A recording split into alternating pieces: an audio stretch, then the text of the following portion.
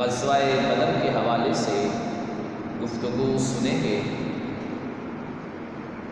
کفر اور اسلام کی یہ پہلی جنگ غزوہ بدر ماہ رمضان المبارک میں واقع ہوئی 17 رمضان المبارک۔ اس کے اسباب کیا تھے؟ المختصر یہ کہ جب نبی کریم علیہ السلام ہجرت فرما کر مدینہ طیبہ تشریف لائے، اس کے باوجود کفار مکہ مسلمانوں کو حج اور عمرے سے روکتے تھے اور مسلمانوں کو اذیتیں دیتے تھے۔ آقا کریم علیہ السلام نے ان کے اس فعل سے روکنے کے لیے مختلف اوقات میں مختلف سریے بھیجے،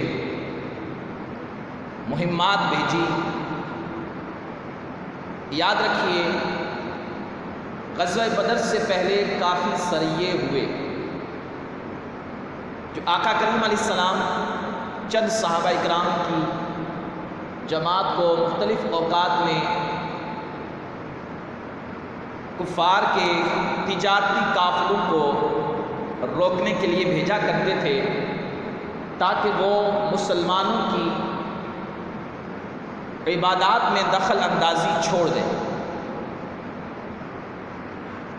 سریہ اس جنگ کو کہا جاتا ہے جس میں آقا کریم علیہ السلام اپنے صحابہ کو کسی کو سپہ سالار بنا کر بھیجتے، اور غزوہ اس لڑائی کو کہا جاتا ہے جس میں آقا کریم علیہ السلام بنفس نفیس خود شریک ہوئے۔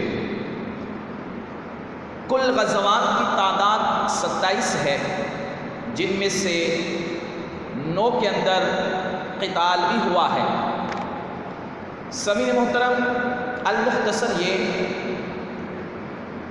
کہ کفار مکہ کا ایک تجارتی قافلہ شام سے حجاز کی طرف آ رہا تھا، اور اس قافلے کی جو سرداری تھی وہ ابو سفیان کے پاس تھی۔ اس وقت آپ مسلمان نہیں تھے، وہ بعد میں آپ مسلمان ہوئے اور غزوہ حنین میں آپ نے شرکت بھی کی فتح مکہ کے بعد۔ تو مسلمانوں کو اس خبرے کی، اس قافلے کی خبر لگی، تو مختصر سا یہ قافلہ آقا کریم علیہ السلام لے کر اس قافلے کو روکنے کی غرض سے نکلے، جس میں صرف 17 اونٹ تھے، 70 اونٹ تھے اور 2 گھوڑے تھے سواری کے طور پر۔ اور اتنے مختصر وقت میں یہ قافلہ تیار ہوا کہ آقا کریم علیہ السلام سے انصار نے عرض کی کہ ہمارے اونٹ چراگاہوں میں ہیں، ہم وہاں سے لے کر آپ کے ساتھ چلتے ہیں۔ تو آپ علیہ السلام نے فرمایا نہیں، جس کی سواری کا اونٹ میسر ہے وہ فوراً چلے، اور چراگاہ سے اونٹ لانے کی بھی اجازت نہیں دی گئی۔ یعنی مختصر سے وقت میں یہ قافلہ تیار ہوا۔ مجاہدین کی تعداد 308 تھی جو اس غزوے میں شریک ہوئے۔ باقی چند افراد اور بھی ہیں جن کو غزوہ بدر کا مال غنیمت کا حصہ دیا گیا۔ وہ کچھ وجوہات کی بنا پر یا آقا کریم علیہ السلام کے حکم کی وجہ سے کسی اور کام میں مصروف تھے، تو انہیں بھی غزوے کا حصہ دار شمار کیا گیا۔ سامعین محترم، نبی کریم علیہ السلام یہ قافلہ لے کر نکلے۔ آپ علیہ السلام مختصر ساز و سامان تھا، اسباب اور آلات جنگ بھی مختصر تھے۔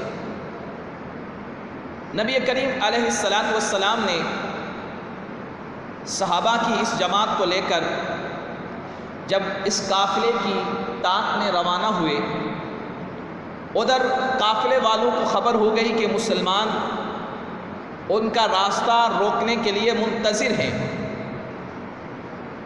تو وہاں سے ایک شخص جس کا نام دمدم بن عمر تاریخ میں موجود ہے، اسے 20 مثقال سونا دے کر کفار مکہ کے لیے بھیجا گیا کہ تاکہ وہ اس تجارتی قافلے کی مدد کر سکیں اور لٹنے سے بچا سکیں۔ یاد رکھیے کہ یہ شخص مکہ میں جب پہنچا، اس نے اپنے سواری کی ناک اور کان کاٹ دیے، قمیص پھاڑ دی اور وویلا کر کے شور کرنے لگا، ہائے قافلہ ہائے قافلہ، اور کفار مکہ کو اس قافلے کی مدد کے لیے ابھارا، کیونکہ اہل مکہ کا اس میں تجارتی سامان تھا، تو فوراً ہی انہوں نے بھی تیاری کی اور اپنے حواریوں کو ملا کر یہ وہاں سے اس قافلے کو پانے کے لیے مکے سے چلے۔ آقا کریم علیہ السلام مدینہ شریف سے 12 رمضان المبارک کو نکلے۔ 12 رمضان المبارک کو آپ علیہ السلام یہ چلے، اور راستے میں بہت سارے واقعات ہیں، میں ان کو حضرت کرتے ہوئے مختصر عرض کرتا ہوں۔ اب نبی کریم علیہ السلام جب ایک مقام پر پہنچے تو وہاں وحی آئی کہ اب دو ہیں، یا قافلہ ہے یا گروہ قریش ہے، تو دونوں سے کسی ایک کو مسلمانوں کو لڑنا پڑے گا۔ اب آقا کریم علیہ السلام نے صحابہ سے مشورہ فرمایا کہ کیا کیا جائے، قافلے کے تعاقب میں جایا جائے یا کفار مکہ سے مقابلہ کیا جائے، کیونکہ مسلمانوں کے پاس آلات جنگ نہ ہونے کے برابر صرف محض چند تلواریں تھیں، اور کھانے پینے کی اشیاء کی بھی قلت تھی، کیونکہ غرض تھی نہیں کہ جنگ کرنی ہے، اور باقی حالات بھی ناگفتہ بے تھے مسلمانوں کے مالی لحاظ سے ظاہری طور پر۔ چنانچہ مشورہ کیا گیا، بعض لوگوں نے کہا کہ قافلے کا تعاقب کیا جائے۔ آقا کریم علیہ السلام نے کچھ ناگواری محسوس کی، حضرت صدیق اکبر رضی اللہ تعالی عنہ کھڑے ہوئے، آپ نے تقریر فرمائی، حضرت عمر، پھر اسی طرح سے انصار میں سے بھی ان کے سردار کھڑے ہو کر انہوں نے بھی تقریر فرمائی اور عرض کی یا رسول اللہ صلی اللہ علیہ وسلم، آپ جو حکم دیں گے ہم وہی کریں گے، ہم اصحاب موسیٰ کی طرح یہ نہیں کہیں گے کہ جائیں اور آپ کا رب جہاد کریں، بلکہ اگر آپ ہمیں سمندر میں بھی گھوڑے ڈالنے کا کہیں گے تو ہم وہاں بھی کود جائیں گے، کوئی آسرا نہیں کریں گے۔ آقا کریم علیہ السلام اس سے خوش ہوئے، چنانچہ آقا کریم علیہ السلام وہاں سے آگے بدر کے لیے روانہ ہوئے۔ اب ادھر کفار مکہ بھی اپنی تیاری کے ساتھ آ رہے تھے، راستے میں ابو سفیان نے خبر پہنچوائی، راستہ بدل کر بجائے اس کے کہ بدر کے راستے سے مکے کا راستہ انتخاب کیا جاتا، قافلے کا رخ ساحل سمندر کی طرف موڑ کر ساحل سمندر کے کنارے کنارے یہ وہاں سے قافلہ بھی نکل گیا، تو خبر پہنچوائی کہ واپس چلے جاؤ۔ ابو جہل کہنے لگا اب تو ہم واپس نہیں جائیں گے، ان کے لشکر کی تعداد تقریباً 950 سے 1000 تک کی تھی، روزانہ 10 اونٹ ذبح کیے جاتے، ایک دن 9 اونٹ ذبح کیے جاتے، اور اس میں امراء مکہ اپنا حصہ بڑھ چڑھ کر ملا رہے تھے۔ یاد رکھیے اس لشکر میں نبی کریم علیہ السلام کے چچا حضرت عباس رضی اللہ تعالی عنہ بھی تھے، جو گرفتار ہو کر بدر کے قیدیوں میں بھی شامل ہوئے اور پھر آپ مسلمان بھی ہو گئے۔ چنانچہ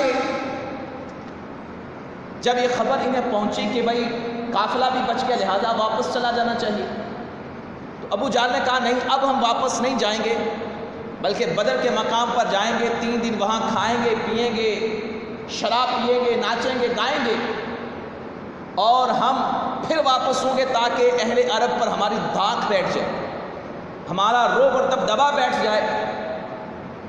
چنانچہ ایسا ہی کیا انہوں نے اور بدر کی طرف روانہ ہوئے۔ آقا کریم علیہ السلام نے اپنے صحابہ میں سے 2 افراد کو لشکر کی خبر لانے کے لیے بھیجا تو وہ 2 غلاموں کو پکڑ کر لے کر آئے جو کہ کفار مکہ کے سقا تھے، یعنی پانی پلانے والے تھے۔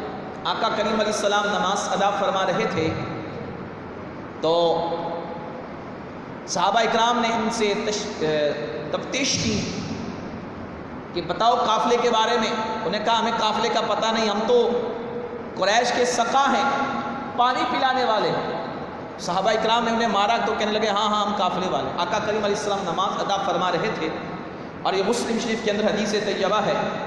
آقا کریم علیہ السلام جب نماز سے فارغ ہوئے تو فرمایا اب یہ سچ بولتے ہیں تم مارتے ہو، اور جب انہوں نے جھوٹ بولا تو تم نے چھوڑ دیا، یہ واقعہ ہی قریش کے پانی پلانے والے ہیں، قافلے کے بارے میں انہیں علم نہیں ہے۔ پھر آقا کریم علیہ السلام نے ان سے کفار مکہ کے لشکر کے بارے میں معلومات حاصل کی۔ ایسا نمان یہ سارا واقعہ جو ہے یہ سورہ انفال کے اندر، سورہ آل عمران کے اندر اور دیگر سورہ احزاب کے اندر کئی مقامات پر اللہ تعالیٰ نے پوری تفصیل کے ساتھ ان حالات کو بیان کیا کہ مسلمان کس طرح بے سر و سامانی کے عالم میں تھے اور کیسے یہ جنگ ہوئی اور کیسے کیسے حالات ہوئے۔ آقا کریم علیہ السلام نے اسی مقام پر یہ صحابہ اکرام کو نبی سنائی کہ میں دیکھ رہا ہوں کہ فلاں فلاں کافر فلاں فلاں جگہ پر کل ہمارے ہاتھوں مارا جائے گا۔ نبی کریم علیہ السلام